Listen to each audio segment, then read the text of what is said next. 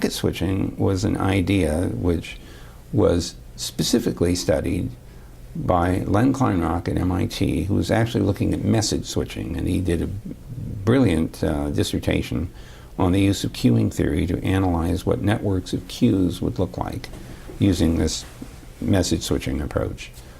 And his analysis, although he'd never used the word packet, is as equally applicable to packet switching as it is to message switching. So that's one important milestone in around 1961.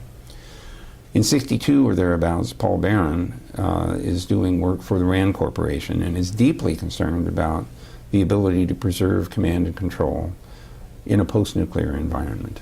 We were seriously worried that the Russians would actually launch and that we would suffer a nuclear attack and that we had to be able to respond, and we needed command and control for that. So Paul, in 1962, before the existence of integrated circuits or anything else, is saying we really should be digitizing and packetizing voice, and then using sort of pole-mounted radios that are able to transmit in all directions to create a highly connected environment, so that if holes were knocked out of it by nuclear explosions, you would still, if it's a fabric that's in any way connected, information could get from one end to the other. So he envisioned the notion of a message block, and it was dynamically routed. He used hot potato routing. If you got something, you got rid of it as fast as you could. He chopped up the speech into little 20-millisecond pieces. He didn't talk so much about data as I remember it. This was supposed to be a highly resilient voice network for command and control. I may have just done him a disservice because later he was very much conscious of the importance of data communication too. So that's around 1962. It gets documented in an 11-volume series called On Distributed Communications, and he can't sell it to anybody. The traditional telcos, AT&T in particular, and the people at what was then the Defense Communications System, or Defense Communications Agency, laughed him out of the room, said this was a silly idea, it couldn't possibly work, and so, you know, he should just go away. So he never got anywhere with that, in spite of all the documentation. In '66, Larry Roberts, along with one other guy whose name I'm now not remembering, does a point-to-point experiment to test packet switching. It was between the ANSFQ7 machine at System Development Corporation in Santa Monica and the TX2 machine at MIT, at Lincoln Laboratories, which is what Larry was.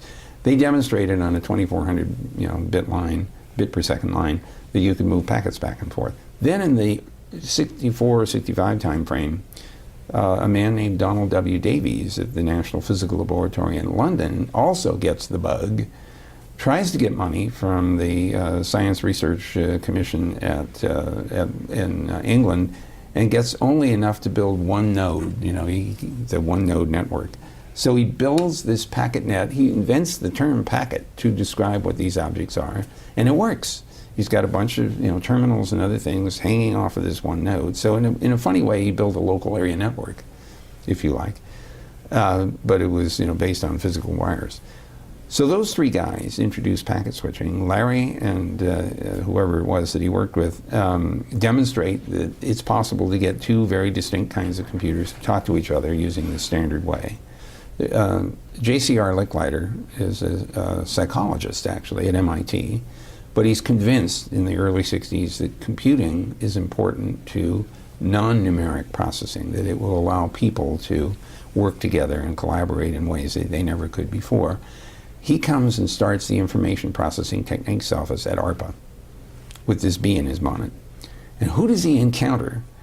He encounters Douglas Engelbart at SRI International, and the two bond, basically, because Engelbart was all about non-numeric computing and the ability of people to build up the superstructure of communications and documents and interact with each other, hyperlinking, the mouse, the portrait mode display, black on white presentations. I mean, the guy had a World Wide Web in a box at SRI, and Licklider understands that. Licklider sending out notes to his little community of people talking about the intergalactic network, tongue-in-cheek. So he really gets credit for having put this meme in place at ARPA Then Taylor comes along to pick up the responsibility for running the IPTO from Licklider, and is all hacked off because he's got 3 terminals in his office at the Pentagon connected to 3 different machines, and he says, why can't there be one terminal talking to all 3? We need a network. And so as he's pursuing this idea with Charlie Hertzfeld, who's the head of ARPA at the time, Charlie hands him $1 million over a 20-minute conversation. And now Taylor's got the problem, who's going to actually do this? Because Taylor's not a technologist either. He's another, kind of psychologist type. So he decides to get Larry Roberts from Lincoln Laboratories, who did that packet thing, and Larry doesn't want to come. So he goes and complains about this to Charlie Hertzfeld. Charlie calls up the guy that runs Lincoln Laboratories and says, we pay for a significant fraction of your research budget every year. You should tell Larry he should show up. Now, and in fact, I thought that maybe Larry had been forced to do this, by Charlie. I think it was probably a little less awful than that. But Larry was persuaded to come down. Eventually, of course, inherited the operation of the office from Bob Taylor, but in the meantime is the guy responsible for initiating the internet, or the ARPANET project.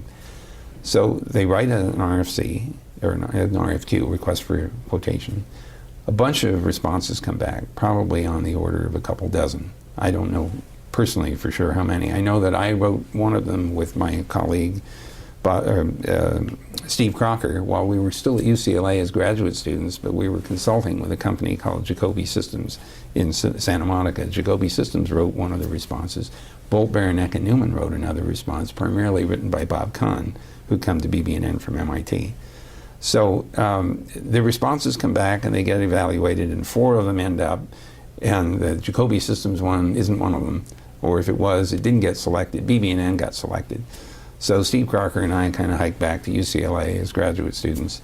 And the next thing we know, Glenn Kleinrock, who's at UCLA and who'd written this original dissertation work on packet switching, has come to UCLA to teach and explore queuing theory, is a close compatriot of Larry Roberts, because they were both at Lincoln Labs together. So he gets the Network Measurement Center piece of the ARPANET project. And Steve Crocker and I and John Postel, all of us from the same high school in Santa Monica, or in San Fernando Valley, end up in Len Kleinrock's operation running the Network Measurement Center. So I was the principal programmer for that. Steve Crocker took the responsibility for managing and leading the network working group that led to the protocols, host-to-host protocols. And John Postel eventually becomes the keeper of the documentation. He's the RFC editor, which Steve Crocker started, requests for comments. He's the guy that becomes the numbers czar, which is keeping track of address spaces and allocations, and eventually becomes the domain name manager or the Internet Assigned Numbers Authority when the Internet happens. That hasn't happened yet. This period of time of the ARPANET program, it brings us up to 1972. And this is an important moment in this whole history because the first demonstration of the ARPANET happens in the Washington Hilton Hotel basement in October of '72. A whole bunch of people from the interested networking community, packet switching community, attend, not only in the US, but from France and from England and Italy and Germany and elsewhere. That group of about 25 or 30 people convenes, sees the ARPANET in operation, sees applications that were being done, including Doug Engelbart's stuff, and then forms this international network working group modeled after the working group that Steve Crocker managed to build the ARPANET system. And at this point I become the chairman of that group because Steve is busy at ARPA doing artificial intelligence. At the end of that year, Bob Kahn leaves Bolt, Beranek, and Newman and goes to ARPA. I leave UCLA, where I'd been working with Kleinrock and Crocker and Postel, and I go to Stanford. So Bob is at ARPA, I'm at Stanford, and in the spring of '73, Bob comes out from ARPA and he says, I have a problem. He says, what's your problem? He says, well, we got this ARPANET. He said, yep.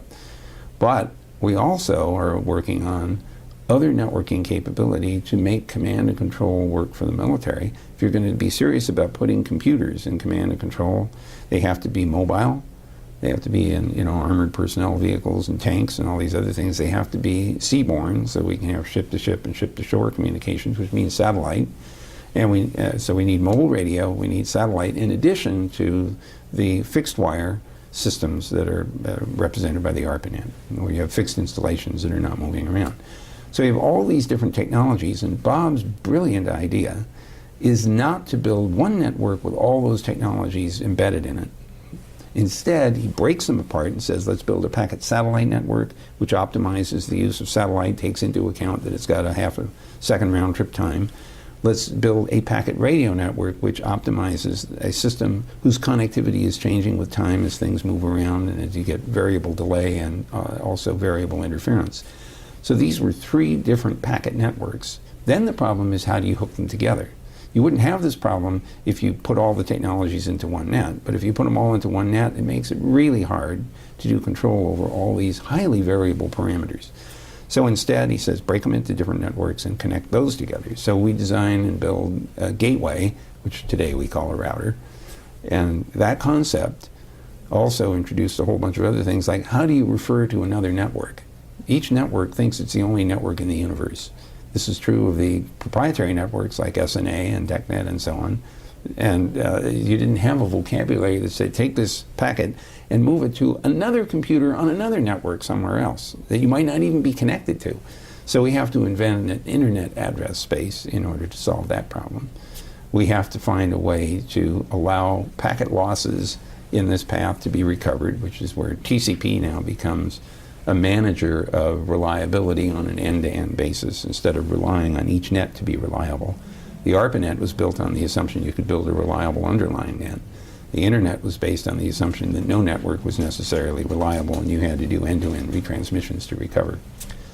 So during this 1973 period, Bob and I get the first paper written and published in IEEE Transactions on Communications, May of 1974. And I think mostly nobody paid too much attention to it.